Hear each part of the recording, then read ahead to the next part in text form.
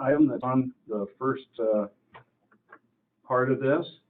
I will ask that any public comment, if you're in the room here, step up to the podium, give us your name and your residence address.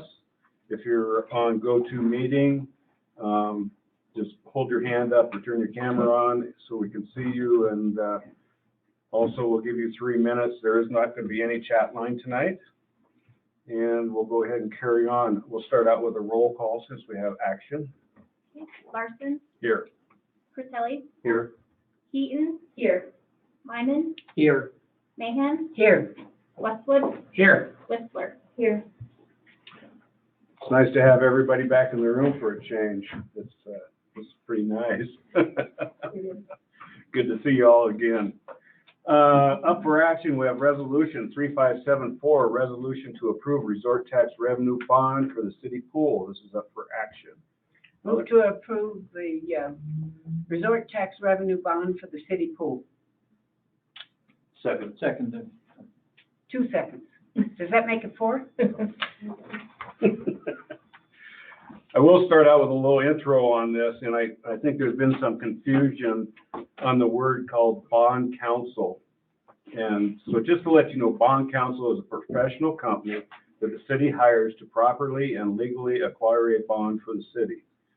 There are stringent guidelines that need to be met, and the bond counsel has the experience in doing so. So actually what we hire them to do is to walk us through that process of the bonds. Fees for the bond counsel are paid into the loan amount. The city does not pay for extra fees outside of the loan amount for their services. The reason it's on for action tonight is because the closing date for the bonds is May 12th, and that is before we have our action meeting, our second Tuesday meeting. And if we don't get this done, the pool construction can't start. So we need to have everything secured. The bond amount is for $1,492,000.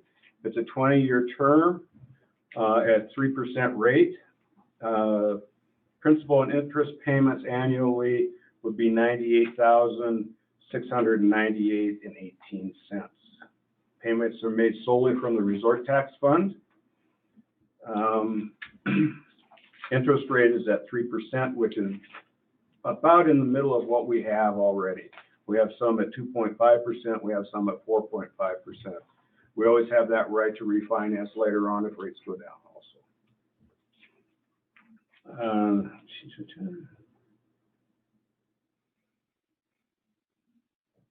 Where's the extra money in the resort tax coming from to pay for this? Resort tax budget was $679,894. These are a lot of numbers, so kind of bear with me, guys.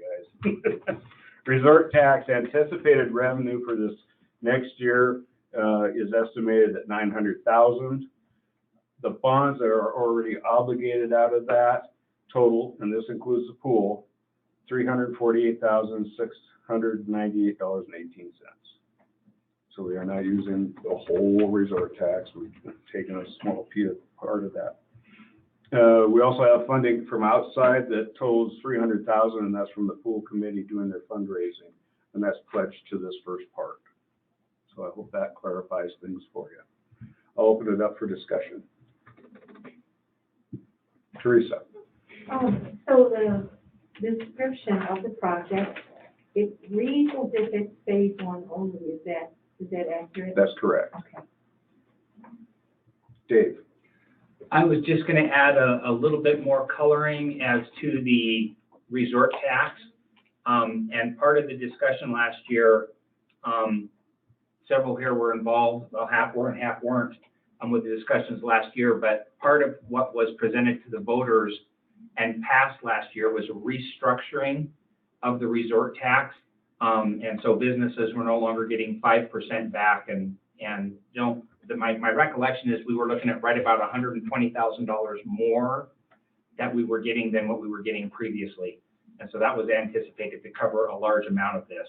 And to my feeling, at least, a significant part of that discussion was the feedback from the folks that said they wanted to see the pool be part of that and be part of the resort tax. So just sharing that as my recollection of those discussions. And part of where that money came from was because of the restructuring of the resort tax. More discussion from council. The community has made it very clear that they want a swimming pool. They want a swimming pool. They want a swimming pool.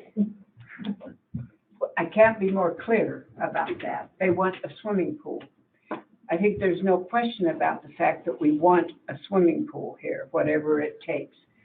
The committee who is working on this has done yeoman's work to raise funds toward the swimming pool. And I think we need to be on board with that. I grew up here many, many years ago when we called it the plunge. And it was where the dentist office used to be. And we used to sneak in there at night and learn how to swim, jump into the pool and learn how to swim. And I'm sorry to tell you that because that was not necessarily legal. But it was an extremely valuable operation in this community, and we need to get the pool back, however we do it. I believe that the community is 100% behind this. I believe that the community will continue to step up to help fund this. And I think that when we cut the ribbon and open up the new swimming pool, all of us will be there cheering, especially those young folks who will be swimming in the pool. Thanks, Lori. Any other discussion from council? I agree wholeheartedly with Lori's assessment. Except that sneaking into the pool. Well, Statute of limitations, you're okay. I wouldn't do that, but You would have, yeah. yeah, I would. I also really agree with Lori. Our community has been really missing the pool, and as a parent and as the leader at DSBS, I know it's definitely something that families are missing in the summer, having their kids having a safe, healthy place to go while they're working. So. And you said it's safe and healthy. Yeah. Dave? Mayor, the only clarification I'd like to add for that, just for clarification, I agree absolutely the community wants a pool, that we've heard from a majority, and it certainly was an element of the resort tax. I'm a little bit hesitant to use the phrase no matter what, because there obviously is such a thing as not in budget or not there, and this is not a no matter what. This was something that was evaluated against what our resources were and determined that we could do it. So I just want to caution a little bit against the no matter what it takes. It was something that was compared against what our capabilities are, and the decision we came up with fits within those guidelines and restrictions. Yes. Any other discussion from council? Discussion from the public? Where is the pool? It would be on 14th and Hauser. It's located in the old location. Where it is located now. So just Right across a from walk the off of Broadway, down off of 14th. Right across the street from the elementary school. Okay, not the elementary, okay. Any other comments from the public? Roll call. When is this Oh. expected, I'm sorry, when is this expected to be completed? Not until next year. End of next year or before the? Hopefully the beginning of It next should year. be open for 2022. It takes quite Yeah. a while to build it up, yeah. Our construction season here is very short, so. Yes. Yeah. But it'll be worth waiting for. Roll call vote. Curtelli, Yes. Keaton, Yes. Lyman, Yes, Mahan, Yes. Westwood, Yes. Whistler, Yes. Thank you. Thank you, yes.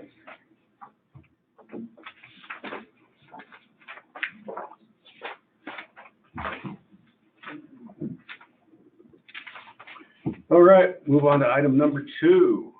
This is up for discussion, Resolution 3573, resolution confirming rate and changes for stormwater system Charges, charges. Thank you, Lori. that's okay. Who would like to speak on this? Teresa? I was just trying to recollect, this was what, Tom, you presented last fall, is that right? Somehow this was mentioned earlier, this I think change to rate. we mentioned it, that we probably needed to do that to keep up with, you know. Jim, you want to help us with this? Yeah, this stormwater deal, that was they put that on, to be on tax, would be just like a fee, and then what it would do is put a fund into the budget dedicated to just a stormwater project, and that would give us the matching funds necessary as we applied for that $500,000 grant and missed it, we've applied again, and we have to be able to have matching funds, so that fund in stormwater would help keep us there, and like I said, it's a 12 to 14-year project. It would keep that funding going to the end of when the stormwater gets, and it's basically what it's a stormwater maintenance deal, but it gives us the funding to match grants to move forward with the stormwater project. Because we will also be getting SRF funds or whatever to do the project, but it gives us, the city, the funds to match them and keep us moving forward. That's where that came from. And it's actually, I mean, it was passed last fall. It just never got finished through and the resolution on it. The public, that was the public hearing, so the public hearing, was voted on and passed, so this is a formality to actually set the rates so that we can actually assess on this. That's what I thought. So the resolution of intent or whatever, all that's been gone through, and this is just final. This is going back and saying, oops, we missed a piece. Yeah. Exactly. And I know Micah had worked a lot on it last year. That's kind of where it was kind of coming from originally. Yeah, I recall the whole. And you know, we've continued to put this off until the cost has gone skyrocketing. We need to get this done. And we need to take action on it sooner rather than later. And we need to support our Public Works Director, Jim Bushnell, because he's the guy on the ground every day trying to make the system work. We need to be supportive of this. It needs to take place. Any other discussion from council? I agree wholeheartedly, we need to get this done. Yes. Good for you, Tom. Dave? And just by way of information, another element behind it is the state is now driving it. And with the, Jim, help me with the organization that's skipping my mind right now. DEQ. Yeah, DEQ is now driving it. So this is not one of those things that's optional. We're just anticipating and having it in place before they come in tomorrow and say, you have to have it in by Friday, sort of a thing, and then we don't have it. So this is just getting ahead of what we know is coming. Any other discussion from council? Good point. Discussion from the public? Discussion from the public? Anybody on GoToMeeting? Okay, we'll carry this on to our next meeting, the second Tuesday of next month, and that'll be up for action. Thank you. For just for clarification, that'll be a one-time reading is all it takes because it's a resolution. Correct. Senate.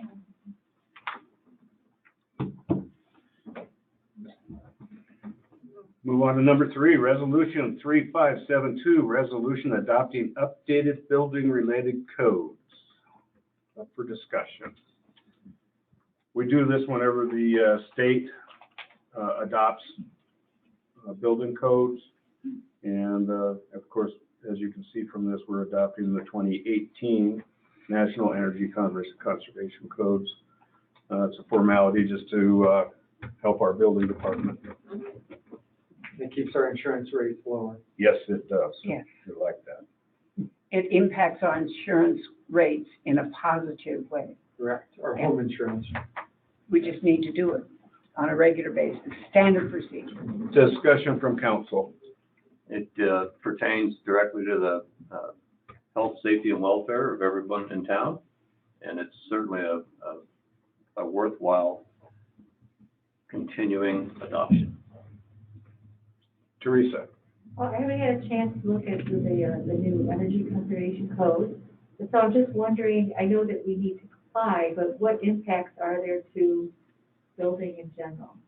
Is there any summary of that? This just strictly goes to the building department, and he follows those codes as he does his inspections. The book's about that fact. So, yeah, so however it impacts him, we have to be okay with it. Right. Yeah, pretty much so.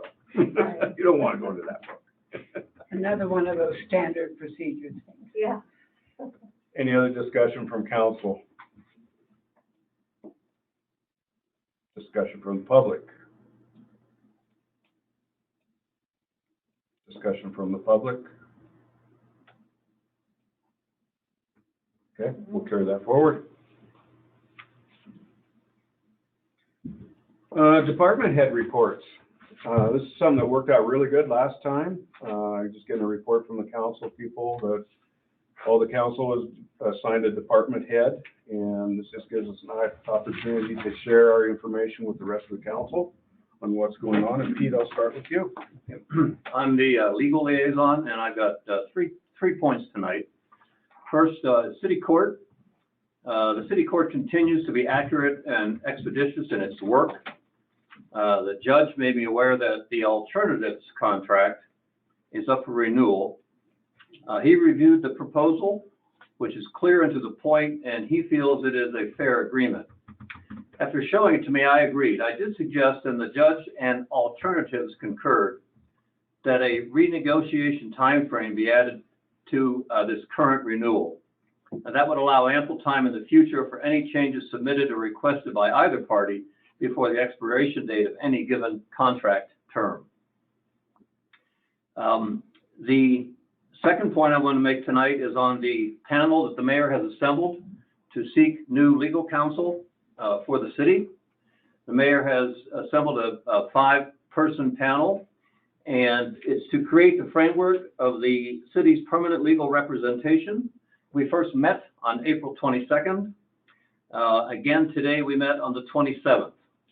We exchanged some ideas regarding the actual dynamic of the representation options we have, those being an in-house employee city attorney or contracted external law representation with use of available city hall office space when needed. We've decided to leave our options open and create an additional ad requesting submitted proposal for one or both descriptions of service.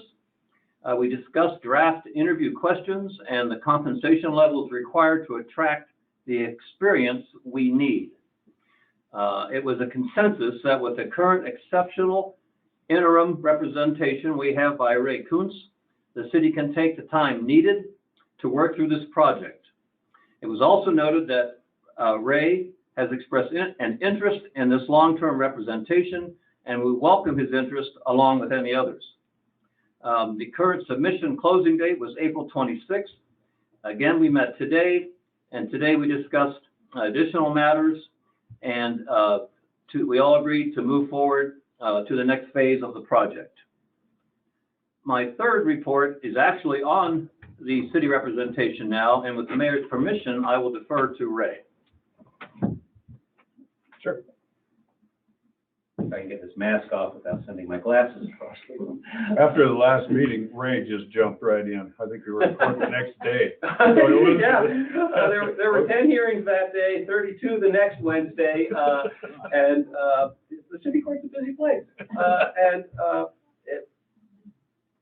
Just to give you a brief rundown, the first step is triaging things when you step into a situation like that, figuring out what has to be dealt with first, second, third, and that's done very smoothly.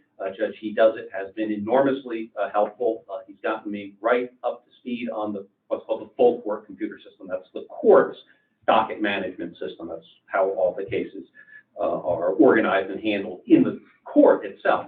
The city attorney's office is somewhat different. There isn't an actual docket management system there. There are files. The files are there in the file drawer, but there isn't, they're not coordinated with a calendar system or anything computerized. So I'm just implementing that. And what that means, translated into ordinary language, is I'm putting all the cases on a spreadsheet with all the relevant information for each case and the next hearing dates. And it's just takes a little while to get it all in there, but we're well on our way with that. I've spoken with Scott Cope and met with him about computerizing some of the discovery processes so that the police are not spending their time burning multiple copies of DVDs to produce to the defendants and having to print out reports and copy reports so that we can get these computerized in one place and send them out by email and save time and allow the police to focus on other tasks. I've spoken with the county attorney's office in terms of covering conflicts. They're happy to do that. We've suggested having both the commissioners and the city council do some authorizing resolutions. Alex Nixon said he thought he had some language on that, so that if I've got a case I can't handle because of a conflict, the deputy county attorney can step in, and I likewise can step in for them on cases where they might have a problem. There's a couple of those that have arisen already. And then I've also coordinated with Tessa Brongers, the victim witness advocate, and talked to her about making sure she's involved and that we have good communication with her office. And I think that basically covers it. Good job. And if you have any questions, I'm happy to answer those. Don't have a question, but have a comment. We are in good hands with you, and thank you very, very much, Ray. We so much appreciate the fact that you stepped up immediately to help us. Thank you so much. Thank you. And that concludes my report. Nice job, boy. Kelly? I was gonna say, Pete, can I ask a question? Who is on the committee, the selection committee? It's a panel, and myself, Steve Muth, Bill Barnes, No. I'm sorry. Bill Cords. Bill Cord, Of course. Captain Schrock, and the mayor, And Tessa. And and Glory, Tessa, and Glory May. And Glory Mayhem. and Gloria. Anybody else? You can't. So that's, I believe, 6, am I correct? We have 5 on the panel, and then Glory's And gonna Glory. Right, be the moderator more or less. So, Great, thank you. you're welcome. you bet. Dave? Mayor, I have a question on the legal side. It kind of came up last time when we were discussing the contracts, but at that point, we were discussing just the criminal prosecution side of things. So when it comes to things of city business and agenda, what are the current rules of engagement? So for instance, we have a couple of pieces of legislation that have come before the body that have not moved forward, that we were waiting to get and do some additional research on, that I'd like legal opinions and input guiding and directing us as we look for solutions. What are the rules of engagement, since there's costs associated with that on a per hour basis? Is it something that council approves in advance? Is it something the mayor approves? How would you like to approach that? What you need the civil attorney to look at would go through either myself or Lonnie, and we would make that contact with Sam. So I can reach out to you, and one of the items that came up before, and we had ended up tabling it at the time. I'm sure it'll come up before the evening is done. But we tabled it because we didn't want to just shoot down an ordinance that came forth on the police commission to just strike what was on the books. We wanted to look at what the options were as far as the role of the police commission and what it's not. And before we pick that up and resume, I want to have guidance telling us here's the boundaries, here's the lines to color in. So okay. Pass that on, and we'll get that to Sam. thank you, ma'am. Kelly, do you want to give us your report? Sure, yep. I am assigned to James, and James and I met today. We were talking about land use requests, and we kind of went over the ones that have already been submitted and approved for this year. Cruise and Red Lodge, the Beartooth Rally, both the closure for the street dance by the Snow Creek and the closure by Boyd's for their concert. I think they call it Metal Fest, I believe. So those are the ones that have already been approved so far. And then we chatted a little bit about ones that might be upcoming. There was a group from last year called Bicycle Rides Northwest, which was a bicycle group that they were going to come through, and they decided not to because of COVID, but they might be coming. We haven't received that as of yet, but that is something that could be being requested. And they last year were wanting to gather in the Civic Center parking lot and camp at Doug Brown Field. So just a quick recap of what that was from last year. And then the 2 events that the Carbon County Arts Guild typically offers, Art in the Beartooth and the Labor Day festivities. Those are something that we are looking to receive soon. And then just really briefly, James kind of just gave me a 101 about why people need to to apply for a land use permit and the 3 things of whether products are sold, if they want exclusive use, or if it's a street closure. So I learned a lot. And we also talked about a couple of things that might need to be updated on the request form, and we've got some specific things that we're talking about. So that's my report. Thank you. Teresa? Okay, so Jim, you'll have to let me know if there's anything that's changed since last Thursday, but the report is published every month now on Public Works directory on the website, city website, so I'm not going to go through all the details, but we did start listing out phase 2 versus phase 1 of the swimming pool, and just a very brief status that changes, it's been changing week by week. So you'll see that breakout.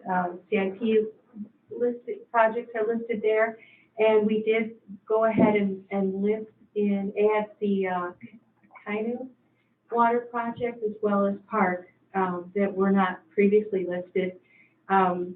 You'll notice that the projects are all a little bit askew because of COVID, basically, in the years that they were projected. But there's 4 of those projects for water that are waiting on DEQ approval. I don't know if that was given yet. We have a phone call tomorrow at 3:30. Great. We'll find out more. And then as far as, let's see, the storm sewer project for phase 1 is ready to go as soon as just started working. We were waiting on a notice of award, but that's basically ready to go as soon as they get the word that that's approved. Well, they'll start the engineering. They will start the engineering this summer. They will be up here surveying and starting the phase 1 project engineering. Okay. And then let's see, for the focus on operations and projects there are really being wagged around by the weather. Everybody realizes that. So you might see Public Works out grading one day, sweeping another, and then plowing again. Might mention that Pete had organized a little bit of a gathering out on South Platte to discuss some of the concerns that residents had about drainage, but it's really, there's a greater dependency on a number of the storm water projects that are stacked for years to come, and there's not really much else to do, but I mean, it's still good to know that, where it's worse, there's voices being heard, and, if there's anything that any practices or anything that are learned or can be shared, that's something that we can do meanwhile, but there's not much else to do about it right now.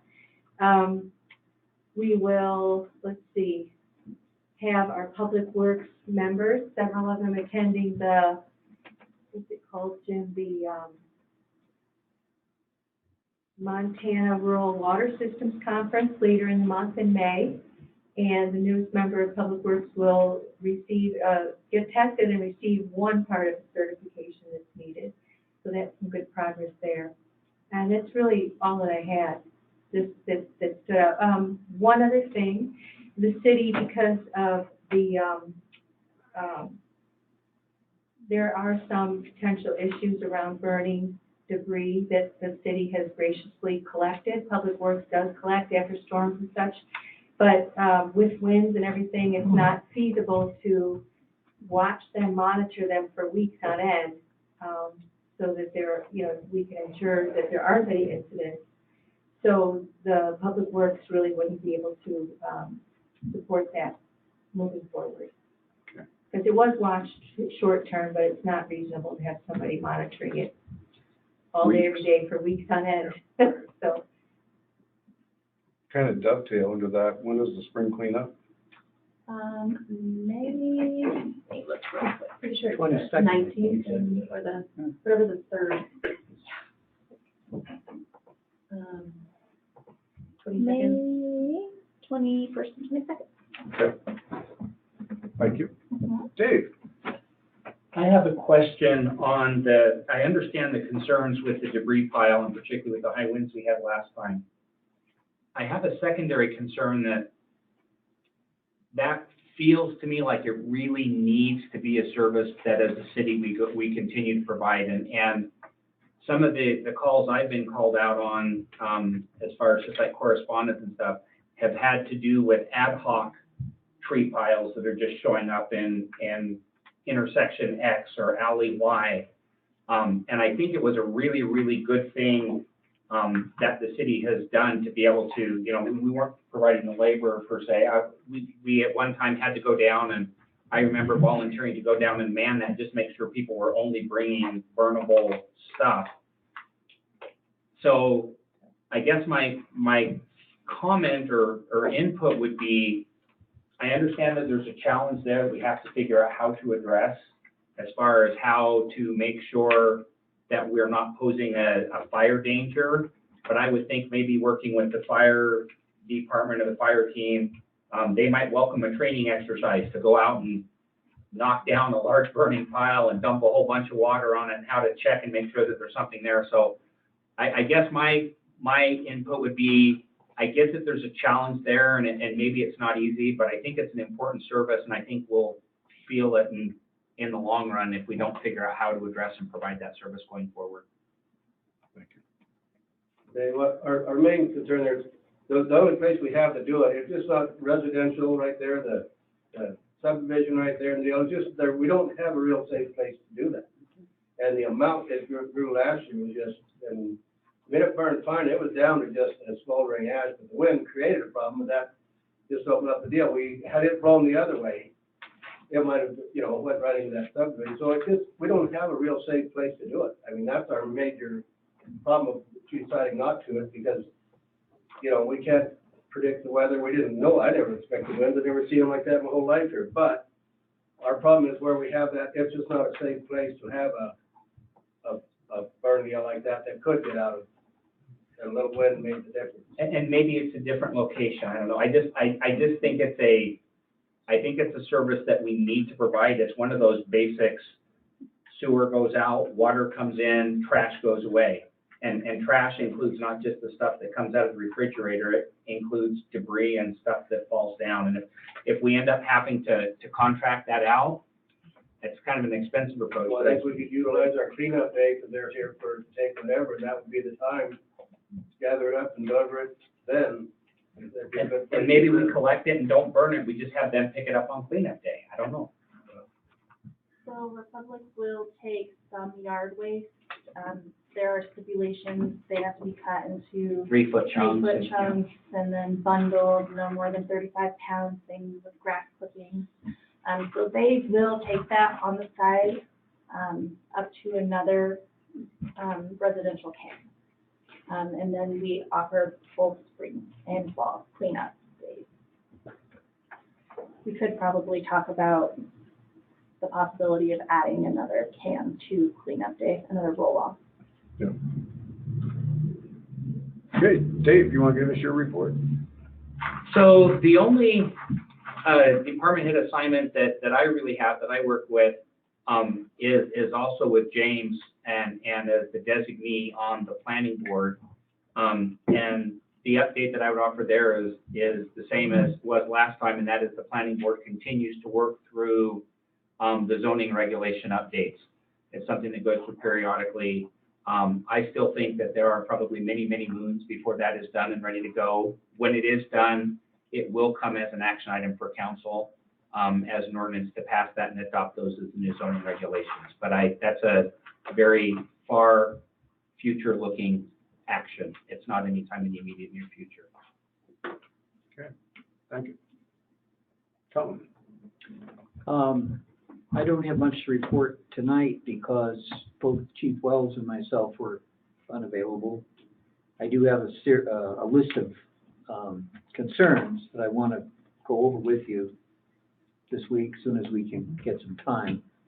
I also noticed that I believe, maybe I missed it, but the Carbon County News did not have a police report this time. Am I missing that, or? I mean, some of it's our own, but some of it's from the county. So I don't know. We need to. They get that email to them, and Well, hopefully they get it in the paper. You know, Yeah, they don't always, I think. No, I don't think they do. But, That I don't know, but I know that it is emailed to them, so. Yeah. Same as you, same time.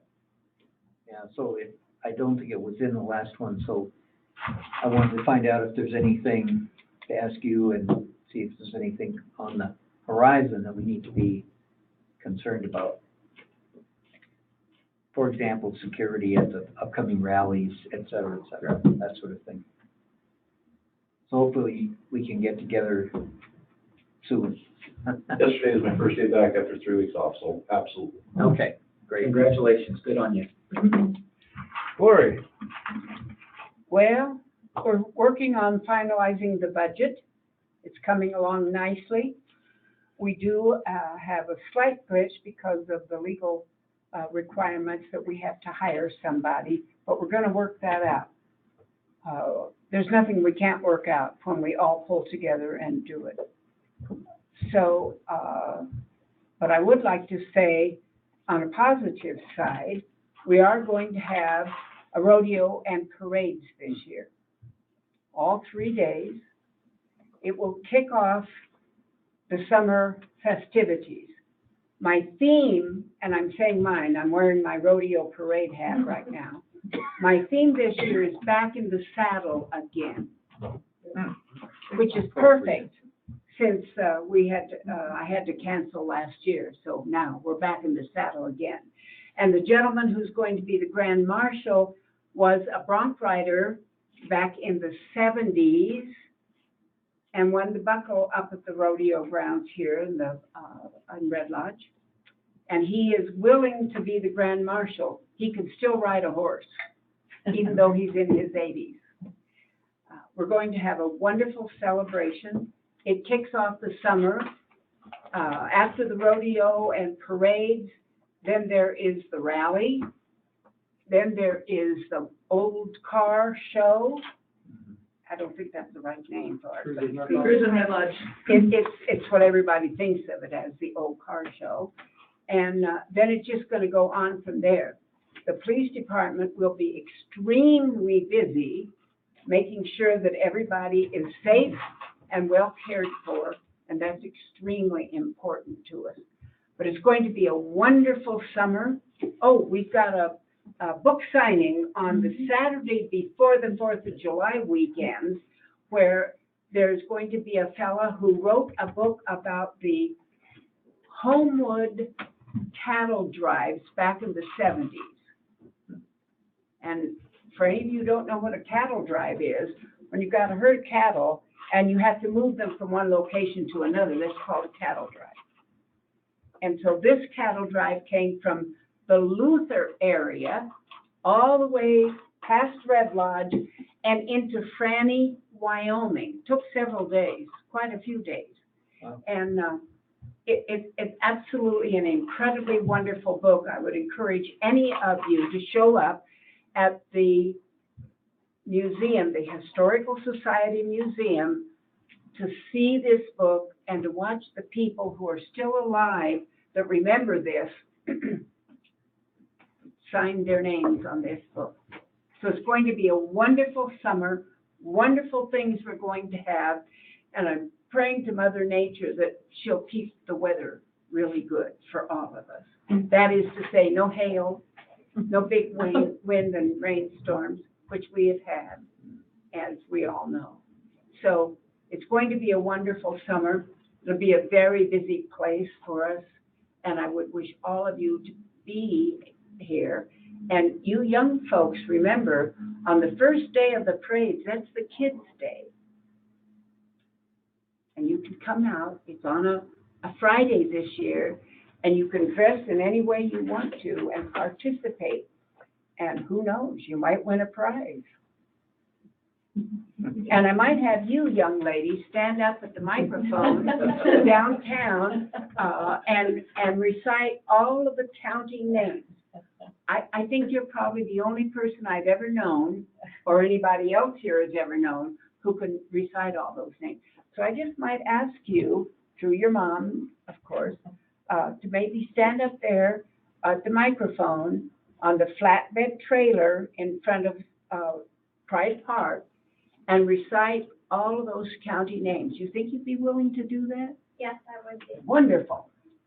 That'll be a first. And I might even give you a blue ribbon for that. So thank you.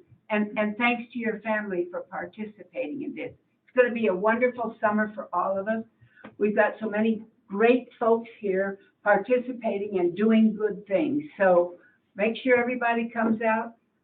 Our wonderful police department will be there to keep us all safe and to keep the traffic moving as it should. He's promised me that. So, and of course, our public works. We can't do anything in town without public works, you know. They've got to put out the trash containers and then pick them up when they're full. That's the ugliest job that anybody has, but they do it very well. So, and the mayor is going to be in the parade all 3 days. He's not the grand marshal, but he's going to be close to the front, and he's going to be in a convertible. That's better than being at the back. I found that out first. So please, all of you, prepare to come out. It is a Friday, Saturday, and Sunday this year, so it's going to be a wonderful weekend for all of us. Thank you. And remember, back in the saddle again. Thank you. Gloria, I'd like to add Thursday night, it's a bull ride, it's a Extreme Bull Riders. Oh, that's right, Jim. Thank you for mentioning that. The Extreme Bull Rider is going to be here in Red Lodge. It's usually in Billings only, but it's going to be here. So there's going to be a whole lot of happy people, many of them cowboys and cowgirls. But you don't have to be a cowboy or cowgirl, but you have to know about horses and bulls and cows and, I mean, do y'all know about that? You know where milk comes from, don't you? Not the bulls.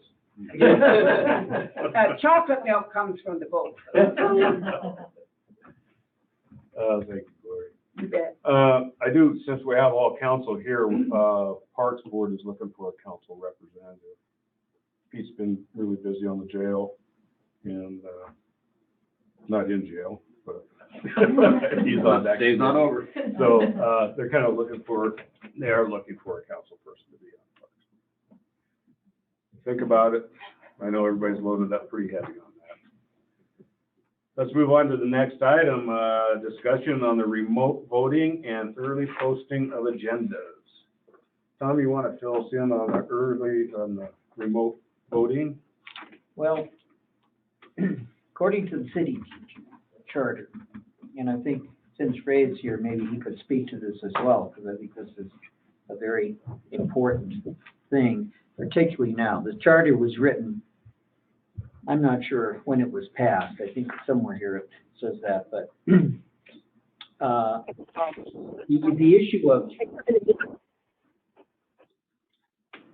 the issue that I think we're concerned with right now is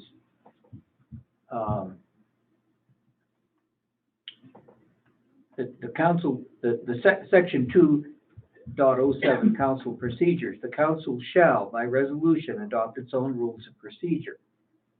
A quorum of the council shall consist of 4 council members physically present at a meeting of the council. No resolution or ordinance may be adopted without the affirmative vote of at least 4 council members. The issue is, of course, that up until today, I think, this is the first time we've had the entire council here for, what, 6-8 months? Mm-hmm. We've been usually 1 or 2 of us here to vote physically in this room, and then other council members have voted. So apparently, I mean, this becomes an issue. And I would think that somebody could say, well, those resolutions that you passed 3 or 4 months ago are not valid because those members were not physically present. The way it's written now, I don't know, but So we then- need a legal opinion on that. When we went through that, and it was March 27th, 2020, we received a letter of advice from the Attorney General's office that was presented to him through the Montana League of City and Towns and Dan Clark and a pretty large group, which gave us that opportunity to hold our meetings remotely.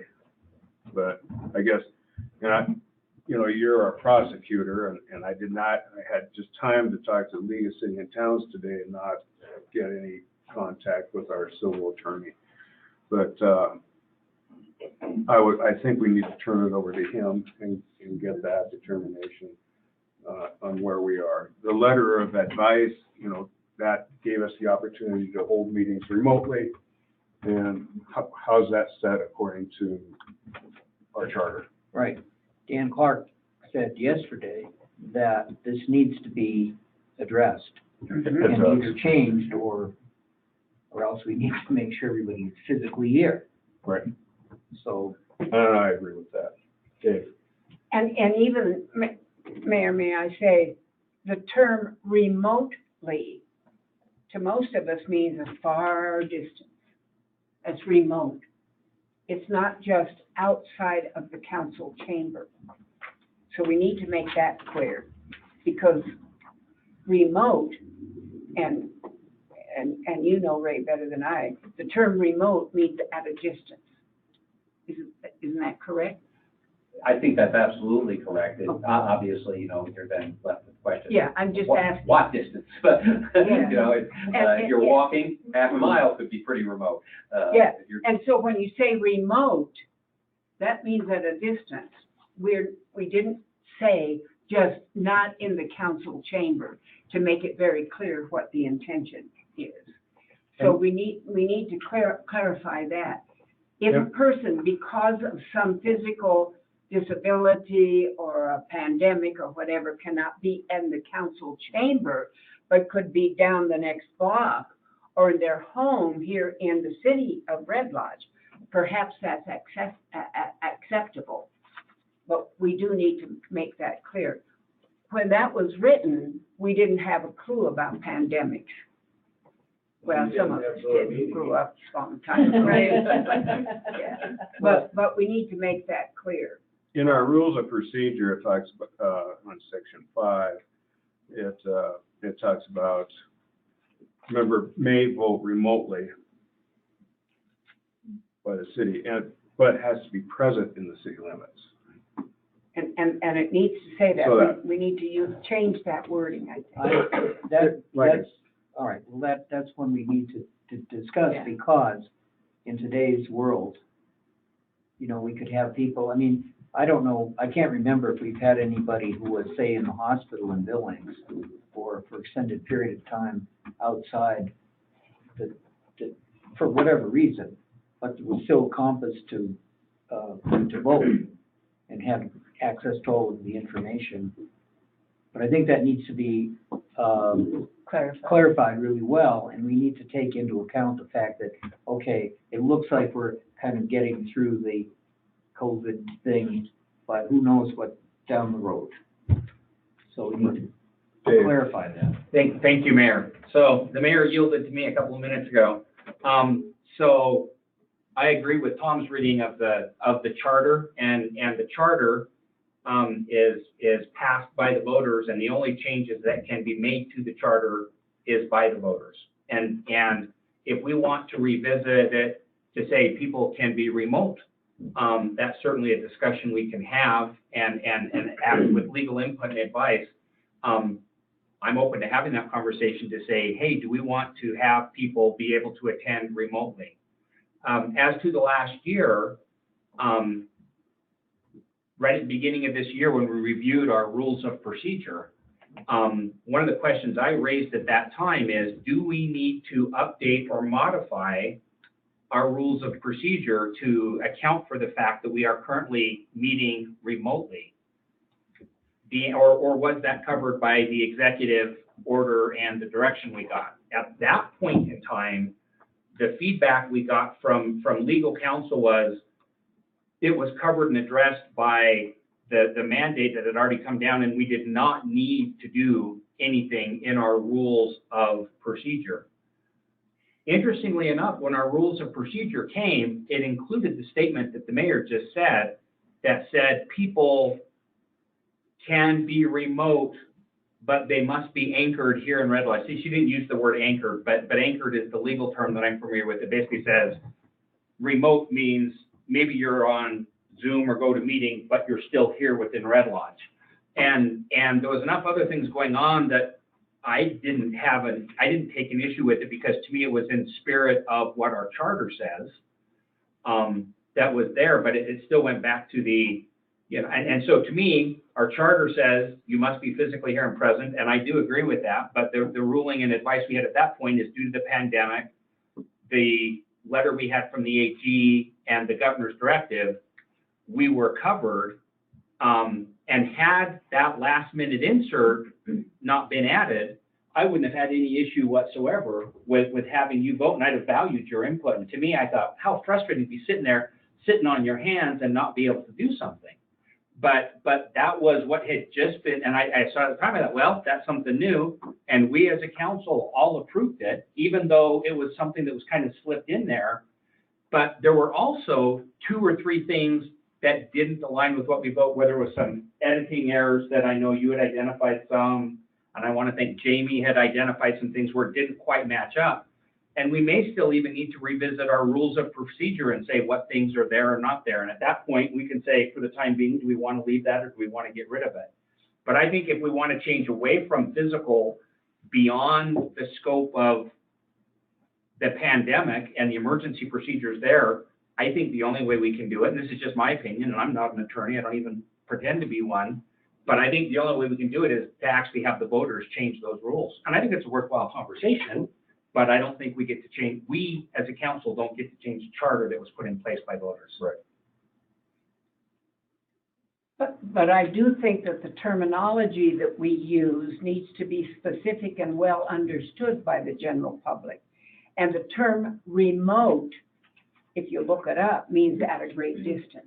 And that's why I say legally, I've always seen it defined as anchored. So you can attend electronically as long as you are anchored in Red Lodge, for example. Well, where does that come from?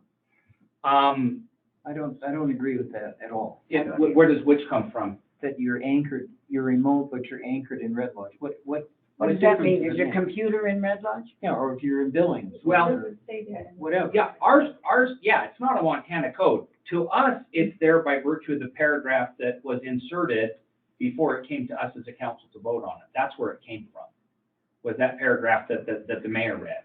Whether that's correct or not, I'm not here to say. I'm just saying that was the rules that was put in place, and we all voted and approved those. Well, we need to make absolutely certain that the terminology we use is specific and understood by the average person. So we need to make some changes for it. Teresa. Well, what I took away from Dan Clark yesterday was that the shell of the code, or the charter, has to contain, it will contain the rules of procedure eventually, and that we are too specific in our charter, which limits us in defining the rules of procedure that fit our town or the conditions. So I think we all understand we need to start with changing the charter. We can't wait for 2024 because we're already in trouble with the way our rules of procedure are written. So I think we could just get the ball rolling and see what we can do to make our charter a little more flexible in that area, and then add that definition through the rules of procedure. And then we do have the ability to adapt it on the fly as the circumstances need. That's all. I would like to ask our city attorney to review this and give us maybe at the next meeting, give us at least a preliminary idea of this, taking into account the fact that we don't know what's coming down the pike in terms of pandemics or whatever. Anything else, yeah. It's the 21st century, so we need to, I think this is too restrictive, but I would like to have a legal. And I'm working on it, Tom. Yeah. And my understanding is That would go to Sam Payne, Okay. not our prosecuting attorney. Okay, understood, yeah. You know, the progress I made today was talk to Montana League of City and Towns and told them our situation. They told me to talk to Dan Clark, that we talked to yesterday. Exactly. So, that's as far as I got with with All right. working on that So today. it's under review. I'm gonna get with Sam and tell him what our problem is here, and, you know, if anyone's gonna rewrite the charter, it's probably gonna be Sam or whoever our civil attorney is at that time, and then, we'll have to take it before the voters. I'm good with that. Dave? Mayor, if I may summarize, Tom, what I think I am hearing though, is that at least those members of the council that have spoken so far are amenable to starting the process to do what Teresa said, which is to make our charter not be so binding. We're at least amenable to having that conversation. Mhm. So, Okay. Well, Lori? our charter is binding, and we need to make it certain, that it says what we want it to say. When the charter was written, remember, we didn't have the pandemic.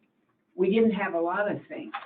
It's a whole different world now, and we have to redo it to make certain that it reflects what we're dealing with today, tomorrow, and maybe next month.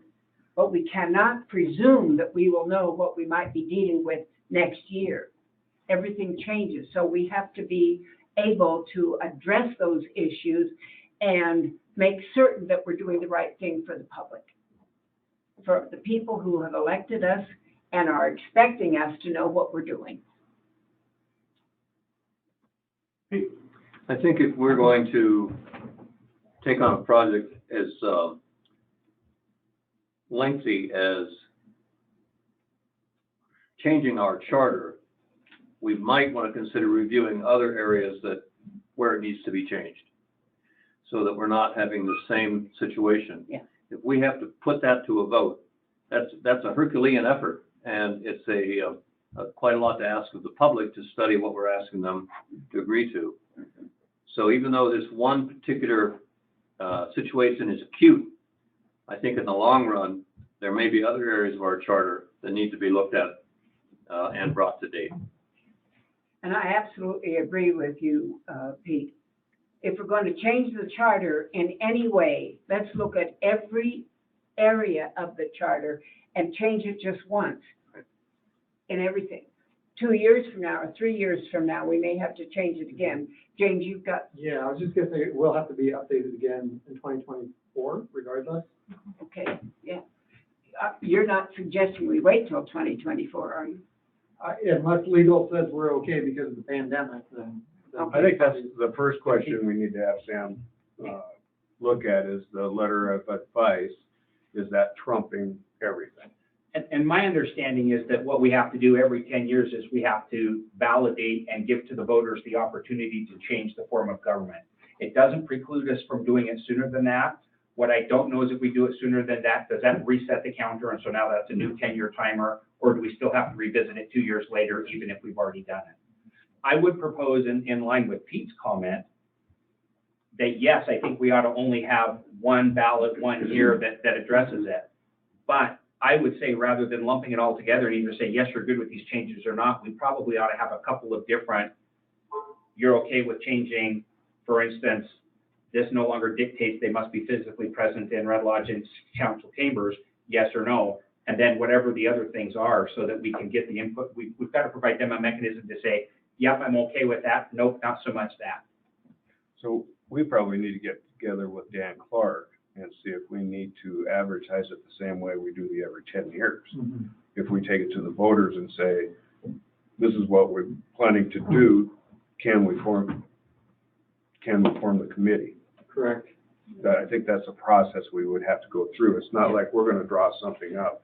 Yeah. It would be a vote Yeah. of the people to say, yeah, I think you need to change that, and then have that committee launch into. And we're almost out of time. Long Yeah. process. It would be It takes mid-year a long- next year. it takes a at the long time. soonest. Yeah, we're Yeah. almost out of time for the November elections this year. We are. Yeah, it'd have to be approved, and the ballot language would have to be to them within the next month, and that's not gonna happen. So the soonest this could work, if we started working on this with full vigor tomorrow, is could make the mid-year next year. And in the meantime, to Tom's point, we're bound by what the charter says. That's right. Yes, but But we I don't know what also, it says. That's the whole Yeah. point. But I also say we don't need to go back to the public 3 or 4 times in the next year and a half. We need to do it all at one time if we possibly can, and go to them one time and make sure that we've covered all the bases that we are aware of. Right. Because we've learned a great deal in this past year and a half. So we need to put it all together instead of waiting and doing it, or doing it 2 or 3 times. Let's do it all at one time if it's at all possible. So let me get the ruling on this, and that'll give us a starting point. Right, and it'll work, whatever the ruling is, we can live with that until we go Until- through the whole deal. Process. Yeah. Exactly. Yeah. Yeah. Okay. Yeah. I'm good with that, sure. Yeah, you and me both, Tom. Okay. Okay. So we're breaking this line item 5 into 2 different parts. Any discussion on the remote voting from the public? Yes. My name is Kristen Cogswell, and I live at 620 West 19th Street. And this is, it's interesting to me. And there's some things to think about. Number one is, this is 2021, and Zoom has worked out real well, or GoToMeeting has worked out real well this year. And it wasn't allowed by the charter, but we did it anyway, right? It's been real nice. It would have been nice if we could have had Tom's vote. I mean, if you think about the policy that you want, what is that? I mean, because I myself don't have any problem with Tom voting in Palm Springs. It's very difficult right now. You know, I think a lot of us are looking for candidates to run for these positions, and it's very difficult to find people because people want to go on vacation, and you know they'll still attend the city council meetings, but how realistic is it? And what sense does it make that they have to be, you know, in a certain spot? I mean, if we have their face, I mean, you know, we're pretty sure. I don't see that requirement as being necessary. Yes, I was there too, and I heard Dan say that it is too specific, this part in the city charter. And for myself, I think that the charter actually does allow remote meetings, but I think that would be something I'd want to hear Sam Tanner's opinion on. Because, you know, it's actually 2 sentences. It says a quorum shall consist of 4 council members physically present, but it's a separate sentence. No resolution or ordinance may be adopted without the affirmative vote of at least 4 council members. So if you have 4 council members, you know, the quorum could certainly approve, I would imagine. And I'm not an expert in this kind of thing, but it would be a good question, I think, for Sam Tanner.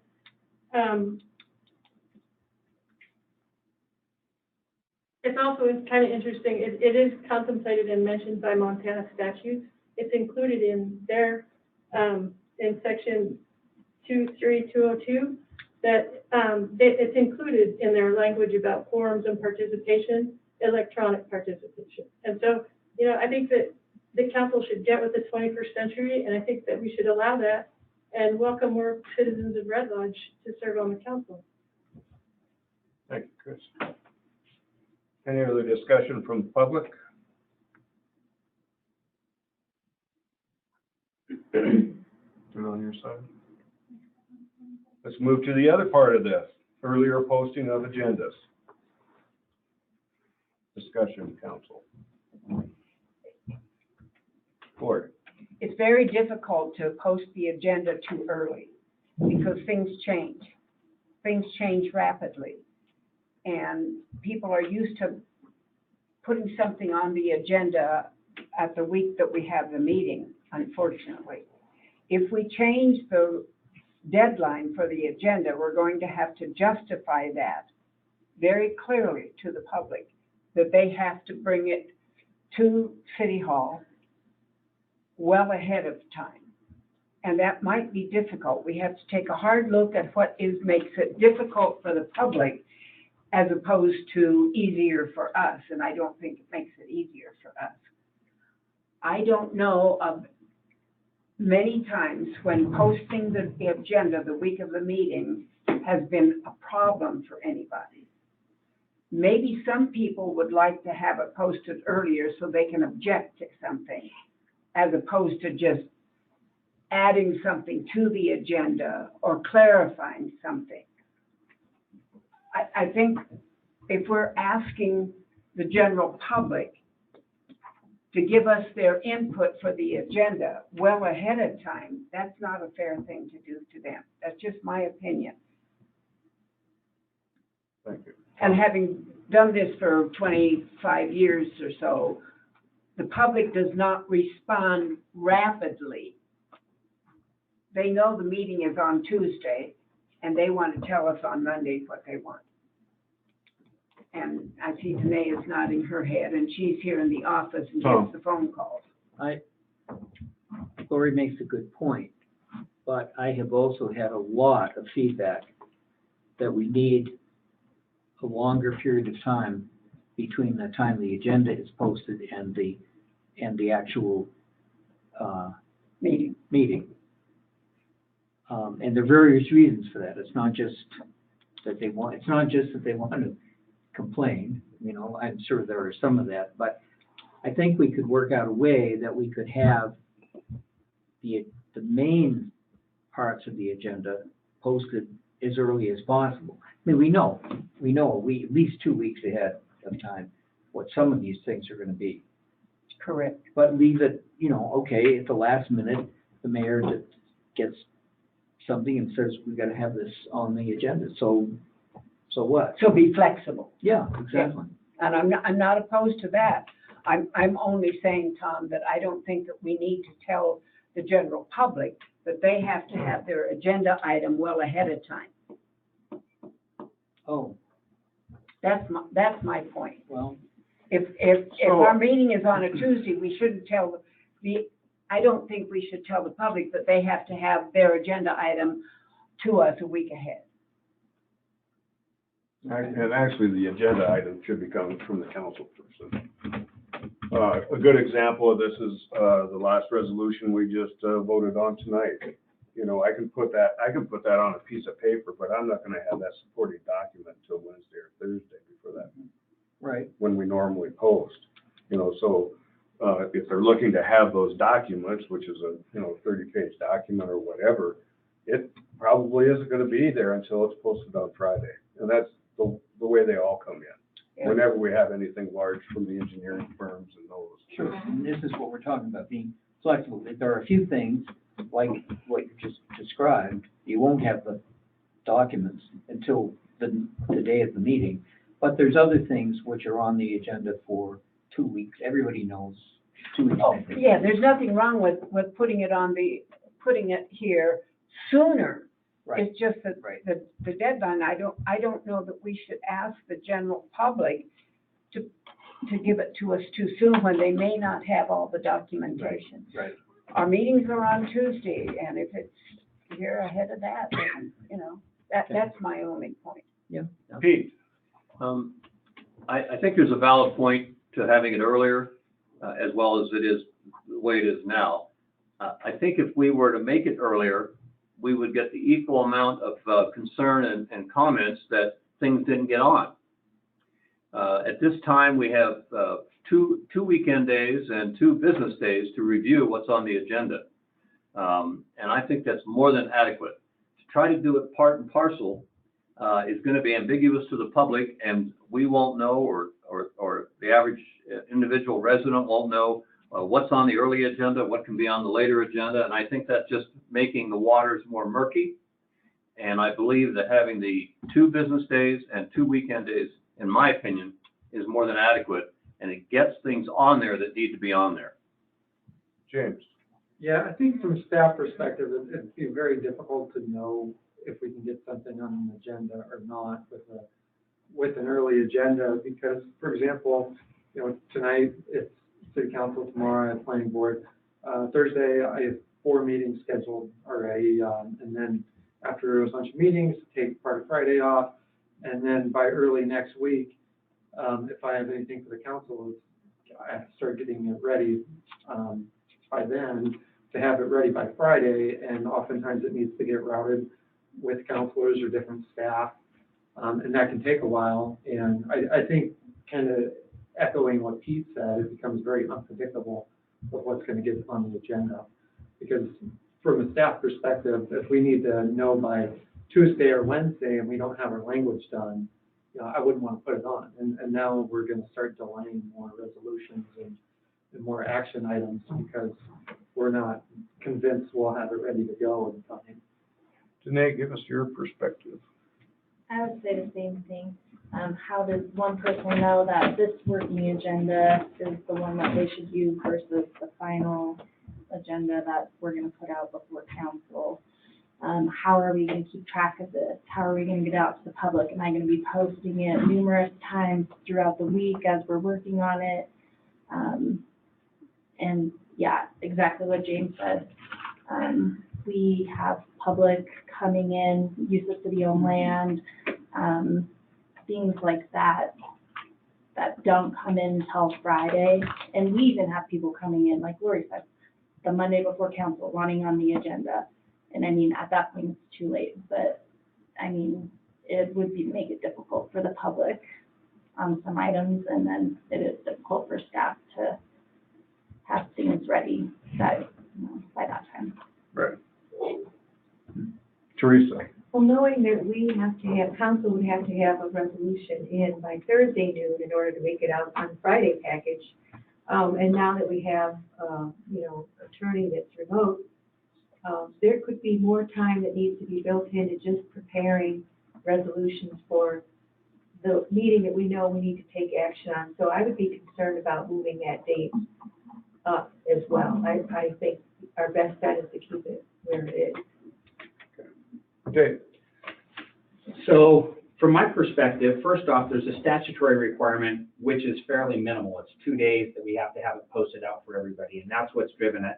And I think that reason is that there's exactly well articulated by Pete's comments. We have to have the agility of being able to adjust as much as possible up until the point that we have to get that published out to them. As a council, we elected to move that from Friday to Thursday to make it easier on our staff to put that together. To me, the complaints and concerns and comments I've had have been, well, we want more time to review the information. If the information is not available, it can't be done. To me, our biggest anecdote we actually have addressed, and that is that there are very few things that when it shows up in the packet, it's the first time it's ever been seen. And unless there is an emergency, and I appreciate very much tonight that the mayor acknowledged through his comments in introducing the bond for the pool, he acknowledged, hey, this is the first time this has hit our agenda and we're looking at it. Let me explain to you the logic and the reasoning behind that. Absent that, our anecdote for, hey, you didn't give us time to look at that is, this isn't the first time it's come up. It was here 2 weeks ago, and it was there 2 weeks before that. And so we work on it, and it is a living document. In fact, even at this meeting, we can make changes and edits. You might get spanked if you should have brought them up earlier and wait till the last minute. That's okay. Teresa gave me my appropriate lashings, and I took them.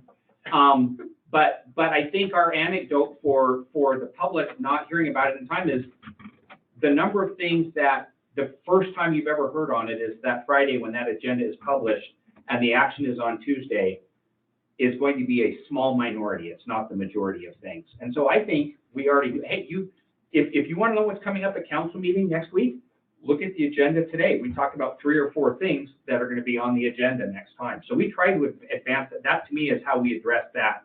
We want to see it sooner. As soon as we have it, you have access to it. And that was part of the reasons why we started the work sessions, was to be able to get that information out there and to the council people so that we could discuss it at length and then move it onto the agenda. As you said, we have several things that are going to be up for action in the second Tuesday, and we already have the info. So, any other discussion at the table? Discussion from the public. Discussion from the public. Let's move on to public comment. We're open for public comment. If you have a comment, please state your name and your residence, and we'll keep it to 3 minutes.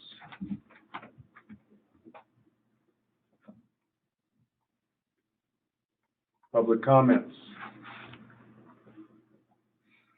Say it one more time. Any public comments?